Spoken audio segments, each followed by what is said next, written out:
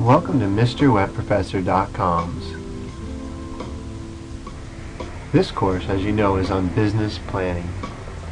This particular lesson, Lesson 2, talks about checking your business idea. Before you get into building a business plan, it is important to check the idea to make sure it's feasible prior to writing a business plan. So this lesson will help you to do that. The agenda for this lesson is for us to consider the idea, look at the product or service, consider the customer's need for the idea, decide who we think might buy it, look at whether there's competitors in the market. Why would a potential customer choose your product over someone else's? How are you going to get those customers, and will there be a good return on investment? These are all important things to consider prior to starting your business planning process. So, first thing you want to do is define your business opportunity. In about 1 to 4 sentences, define what you think the opportunity is that you have. In particular, look at the market size. How big of a market is there out there for the potential product or service that you're going to offer? Secondly, consider the uniqueness of your product. And finally, describe the need. Why do customers need this product? And do all of that in about 1 to 4 sentences. Next, you want to consider the features of your product. Why is your product better than someone else's? Are there competitive products out there? And if so, what makes your product better than your competitor's product? Is this a completely new idea? I know if you're like me, you come up with new ideas all the time. Many entrepreneurs do. Often, though, I find out after I think it's a new idea that really someone's already done it. So you want to do some research. Go online, Google the idea, Google the potential product or service. See if you can find out if someone else is already doing it. Then you want to consider, how are you going to distribute this product or service, and is it going to require any manufacturing? Next, you're going to want to look to define the need a little bit better. Who needs it? Who needs the product or service that you're going to offer? And why do they need it? When will they need it? And finally, and potentially most important, is how much will they pay for it? In some cases, maybe they aren't going to pay anything for it, but you may have another complementary product that they will buy. These are very rare, but in some cases, this has happened with the internet, in where people don't actually pay for the use of a website, but it's the advertising that pays the producer of the website for the service that it provides. But generally speaking, most products or services, you will need people to pay for it, and the question to be answered is, how much are people willing to pay for it? Once you've answered those questions, you want to look at and kind of define who's going to buy this. And you want to look at some factors such as age, sex, race, maybe religion. You also want to consider whether this is business to business or business to consumer. Business to business is when one business item, service, product is sold to another business. A good example of this would be like Xerox copiers.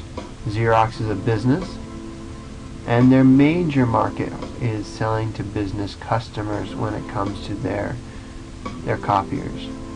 Xerox generally is not targeting the individual consumer, i.e., there aren't very many of us that have a Xerox printer sitting on our home office desk, but there are plenty of us who probably have them in our businesses.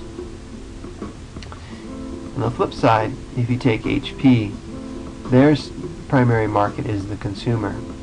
Yes, they do have some in the business market as well, but their smaller machines are targeted at the consumer themselves. So looking at competitive products is very important. You want to know how many competitors are out there in the market that you're going to enter. How well are they doing? And how does your product differ from theirs, and is that going to give you a competitive edge? And if so, how? And you have to ask the hard question, can you really compete in the market? If you think you can, why? Why can you compete? What gives you the advantage? Next, you're going to want to look at briefly, how are you going to reach your customers? Where will your customers buy your product? Is it going to be online? Is it going to be in a brick and mortar store? Is that going to be in a store you own? Or is it going to be in someone else's store and you're really going to give them the product to distribute? How are you going to communicate to your customers that the product's available, its benefits, its features? How are you going to reach these customers? What are the things that will cause the customer to buy? You also want to consider, who is the decision maker in the buying process? Are you selling a product to a husband and wife? And if so, who is going to be the actual decision maker? Is it more the wife or the husband? That may depend on whether you're buying a power tool or life insurance, or whether you're buying a new car or you're buying makeup. The decision maker there is going to be a little bit different. Finally, can you make money? You have to consider this because obviously if you're starting a business, you're out there to make money. So you want to consider what your overhead costs will be, what your production costs, marketing costs, and operational costs will be, just so you can kind of get a feel for whether or not you'll be able to make money on the new product service you're offering, or if you're entering into a market, again, the new product or service that you'd be offering in a completely new market.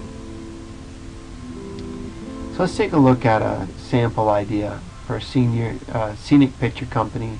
Let's say this scenic picture company is located in Colorado. What's a business opportunity? Well, lots of people visit Colorado every year for the scenery that Colorado offers, the Rocky Mountains and so on and so forth. So that's the business opportunity, providing pictures of this scenery to the customers, which would be the visitors to Colorado. Is there a product need? Well, we're not really sure unless we go out and we check out the market. We find out there are other competitors there. Who's going to buy? Well, that's going to be those tourists that come in to Colorado to see the beautiful scenery there. Why will they buy? Well, probably because they want a memory of the places that they've been and the beautiful scenery that they saw. How can you reach these customers? Maybe by being in the hotels and places where they stay.